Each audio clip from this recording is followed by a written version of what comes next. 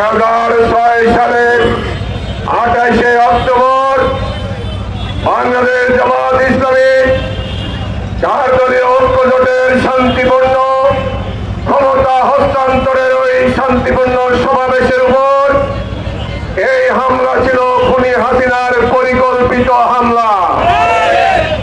এর আগেই শেখ হাসিনা পল্টনে জনসভা করে ছাত্রলীগ, যুবলীগ, আওয়ামী লীগকে লেলিয়ে দিয়েছিল। ক্ষমতা হস্তান্তরের দিনে জামাত ইসলামীর শান্তিপূর্ণ সমাবেশে হামলা করার জন্য। এই হামলা ছিল বাংলাদেশের 17 বছরের ফ্যাসিস্ট শাসনের প্রথম সূচনা।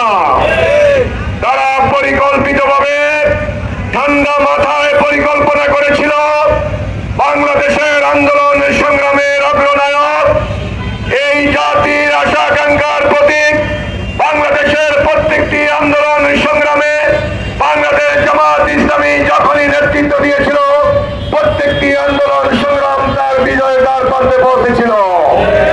যদি জামাত এবং শিবিরকে ধ্বংস করে দেওয়া যায়, নেতৃবৃন্দকে হত্যা করা যায়, তাহলে নির্বিঘ্নে তারা 2041 সাল পর্যন্ত ক্ষমতা পরিচালনা করবে। যার কারণে একের পর এক আমাদের নেতৃবৃন্দকে হত্যা করে আমাদের আন্দোলনকে স্তব্ধ করে দিতে চেয়েছিল। কিন্তু ইউরিদুনা লিইউতফিউ নূরাল্লাহি বিআফওয়াহিহিম ওয়াল্লাহু মুতিম্মু নূরিহি ওয়ালাউ কারিহাল কাফিরুন। তারা সিদ্ধান্ত নিয়েছিল বাংলাদেশের কালেমার পতাকা ধরে জামাত শিবির ইসলামী জনতার কণ্ঠস্বরকে স্তব্ধ করে দেবে। কিন্তু 2024 সালের 5 অক্টোবর ইসলামী ছাত্র শিবির জামাত ইসলামী বৈষম্য বিরোধী ছাত্র আন্দোলনের নেতৃত্বে যে গণ অভ্যুত্থান হয়েছিল, ওই গণ অভ্যুত্থানে যারা 2041 সাল পর্যন্ত ক্ষমতার স্বপ্ন দেখেছিল, তারা তাদের স্বামীর বাড়িতে পালিয়ে গেছে।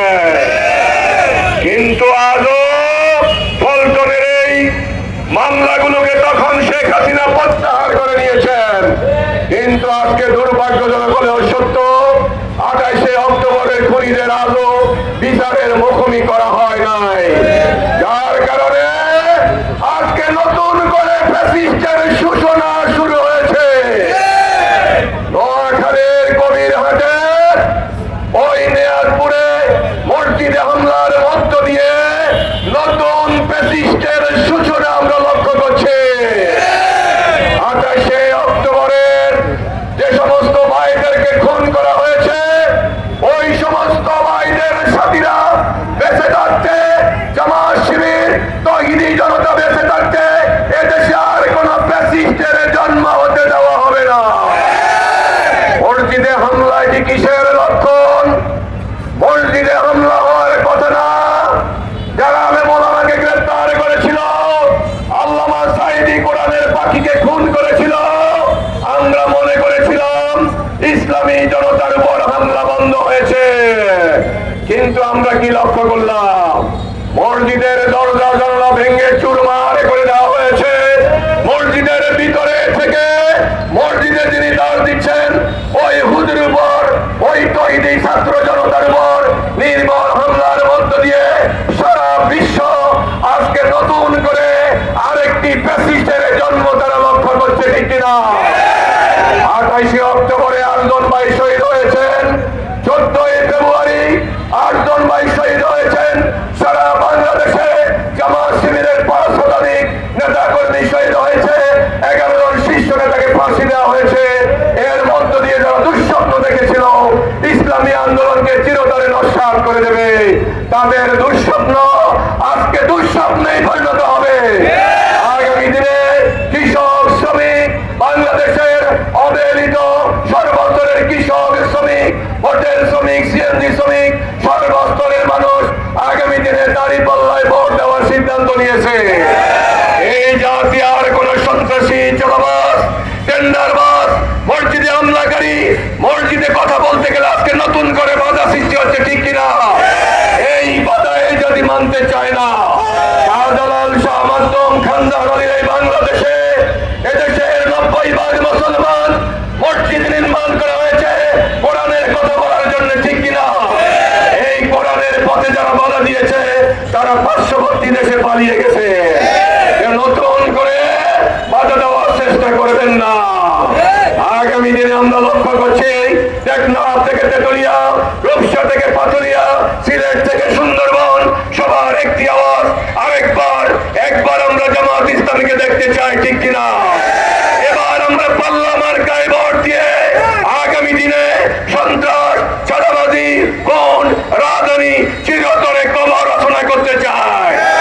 এই জন্য শহীদদের সাথীদেরকে মাথা ঠান্ডা রেখে ধৈর্যের সাথে, সহনশীলতার সাথে প্রত্যেকটি ঘরে ঘরে আমার বাপ ভাইদের কাছে, আমার কৃষক শ্রমিকের কাছে গিয়ে গিয়ে আগামী দিনে একটি ন্যায় এবং ইনসাফ ভিত্তিক সমাজ প্রতিষ্ঠার জন্য আমাদের অতন্ত্র প্রহরীর ভূমিকা পালন করতে হবে।